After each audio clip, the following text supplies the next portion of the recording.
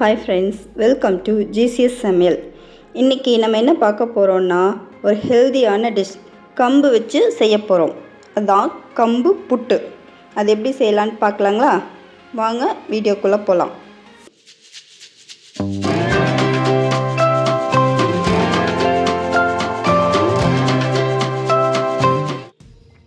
இப்போ நம்ம 2 டம்ளர் கம்பு எடுத்து நல்லா சுத்தம் பண்ணி தூசெல்லாம் எடுத்துகிட்டு ஒரு வாணலியில் போட்டு நல்லா வறுத்துக்கலாம். அது வறுக்கிறதுக்கு ரொம்ப லேட் ஆகும். மெதுவாக வறுத்துட்டே இருக்கணும். நல்லா செவக்க வறுக்கணும். கம்பு மற்ற தானியங்கள் மாதிரி சீக்கிரம் வறுபடாது. ஸோ அப்படியே வறுத்துட்டே இருங்க. நல்லா செவக்க வறுக்கணும். நல்ல ஃப்ளேவர் வரும். அந்த கம்போட மனம் நல்லா வரும். அது வரைக்கும் நல்லா வறுத்துக்கோங்க. வறுத்துட்டு அதை எடுத்து நம்ம ஒரு பிளேட்டில் கொட்டி ஆற விடலாம். அது நல்லா ஆறுனதுக்கப்புறம் ஒரு மிக்ஸி ஜாரில் அதை கொஞ்சம் கொஞ்சமாக சேர்த்துட்டு ரவை பக்குவத்துக்கு நம்ம அரைச்சி வச்சுக்கலாம். கொஞ்சம் கொஞ்சமாக நம்ம 2 டம்ளர் எடுத்துருக்கோங்களா, அதில் கொஞ்சம் கொஞ்சமாக எடுத்து போட்டு நல்லா அரைச்சி வச்சுக்கலாம். எல்லாத்தையும் அரைச்சி ஒரு பிளேட்டில் போட்டு நல்லா ஆற வச்சுக்கலாம்.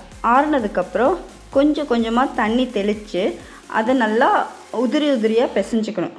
தண்ணி மொத்தமாக ஊற்றிடக்கூடாது. கொஞ்சம் கொஞ்சமாக கையில் ஊற்றி தெளித்து பிசையணும். அது இப்போது இந்த பிடிச்சி காமிக்கிறேன் இல்லைங்க, இந்த பக்குவத்து வரைக்கும் நல்லா பிசைஞ்சிக்கணும். தட் இஸ் அது அமுத்திட்டு உருண்டை பிடிச்சிட்டு அப்படியே இது நம்ம இப்படி தேய்ச்சோன்னா உதிரியாக ஆகணும். அந்த மாதிரி பண்ணிக்கோங்க. பண்ணிவிட்டு அது ஒரு ஓரமாக வச்சுருங்க. இப்போ நம்ம அடுப்பில் இட்லி பாத்திரம் வச்சு தண்ணி ஊற்றி நம்ம இட்லி வேக வைக்க தட்டு இருக்கலாம், அதில் துணி போட்டு அதில் கொஞ்சம் கொஞ்சமாக நம்ம ஏற்கனவே வறுத்தெடுத்து பிடிச்சி வச்சுருக்கோம்ல, அதை எடுத்து ஒவ்வொரு குழியிலையும் கொஞ்சம் கொஞ்சமாக சேர்த்துக்கோங்க. இட்லி பானையில் ஒரு தட்டு மட்டும் வச்சா போதும். 2 தட்டு வச்சோன்னா அந்த மேலே இருக்கிற தட்டில் இருக்கிற தண்ணி பூரா கீழே அந்த தட்டில் வந்துடும்.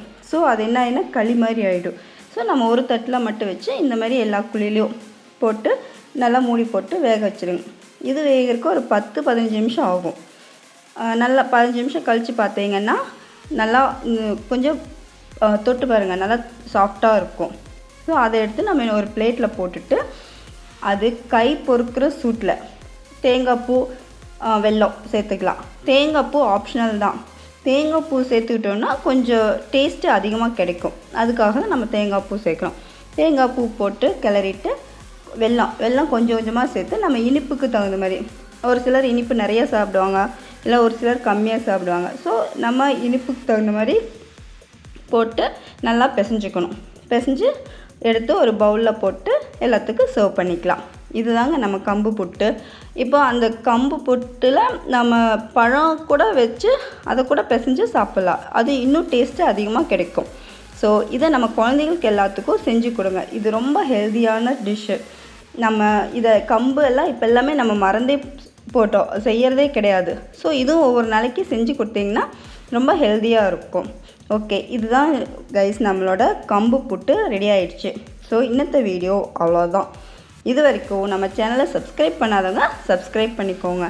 இப்போ இந்த கம்பு புட்டு செஞ்சு பார்த்துட்டு எப்படி இருக்குன்னு கமெண்ட்டில் சொல்லுங்கள் ஃப்ரெண்ட்ஸ். Okay, thank you.